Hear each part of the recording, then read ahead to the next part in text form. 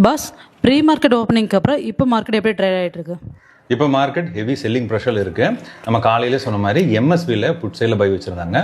கால் சைடில் 2 strike price செல் இருந்தது. அந்த செல் என்னாச்சுன்னா கொஞ்சம் கொஞ்சமாக ரோல் ஓவர் ஆகி 23,000 அப்படியே ஸ்ட்ரைக் ப்ரைஸ்னு செல் வர ஆரம்பிச்சது. ஒன்ஸ் 23,000 செல் வர ஆரம்பிச்ச உடனே மார்க்கெட் ஹெவியாக ஃபால் ஆக ஆரம்பிச்சது. இப்போ மார்க்கெட் 23,840 கிட்ட ட்ரேட் ஆகிட்டு இருக்கு. வாங்க நம்ம சார்ட்டை செக் பண்ணி பார்க்கலாம். காலையில் 23,100 call and put option load பண்ணியிருப்போம். எப்பவுமே ப்ரீ மார்க்கெட்டோட க்ளோஸ் தான் நம்மளோட ஃபர்ஸ்ட் ஸ்ட்ரைக் ப்ரைஸ். இதை லோட் பண்ணிட்டு ஜஸ்ட் ஃபெச் ஃபுல் சார்ட் கொடுத்துறோம். செக் பண்ணி பாருங்களேன், நம்ம 0 லைனுக்கு மேலே எந்த லைன் இருக்கு, நமக்கு ரெட் லைன் இருக்கு. அப்போ என்ன பண்ணணும், நம்ம புட் ஆப்ஷன் தான் பை பண்ணணும், கால் ஆப்ஷன் பை பண்ணக்கூடாது. நம்ம வந்து 192 பை பண்ணியிருப்போம்.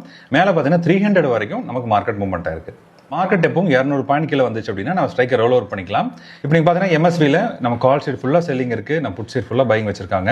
நம்ம காலையில் சொன்ன மாதிரி அமெரிக்க பிரசிடென்ட் ட்ரம்ப் ரெசிப்ரோக்கல் டேக்ஸ் விதிச்சா இந்தியாவில் உற்பத்தி ஆகக்கூடிய பல துறைகள் மந்தமாக கூடும். ஏன்னா வெளிநாட்டிலேருந்து இம்போர்ட் ஆகிற பொருளே நமக்கு வந்து பெட்டராகவும் இருக்கும், சீப்பாகவும் இருக்கும். ஃபார் எக்ஸாம்பிள் BMW கார் எடுத்துட்டிங்கன்னா இப்போ 2 கோடி ரூபாய் இருக்கக்கூடிய கார் நம்ம இம்போர்ட் டேக்ஸ் இருக்கிறதுனால தான் அதிகமாக இருக்குது. அது இல்லாமல் இந்தியா நேரடியாக வரியை கம்மி பண்ணாங்க அப்படின்னா நமக்கு ஒரு 70 லட்சத்துலேருந்து 50 லட்சத்துக்கு கிடைக்க வாய்ப்பு இருக்கும். எம்எஸ்வி அண்ட் எஸ்டிஆரில் நம்ம கரெக்டான ட்ரெண்ட் கிடைச்சதுக்கப்புறம் என்ட்ரி பண்ணுங்கள், என்ட்ரி பெர்ஃபெக்டாக இருக்கும்.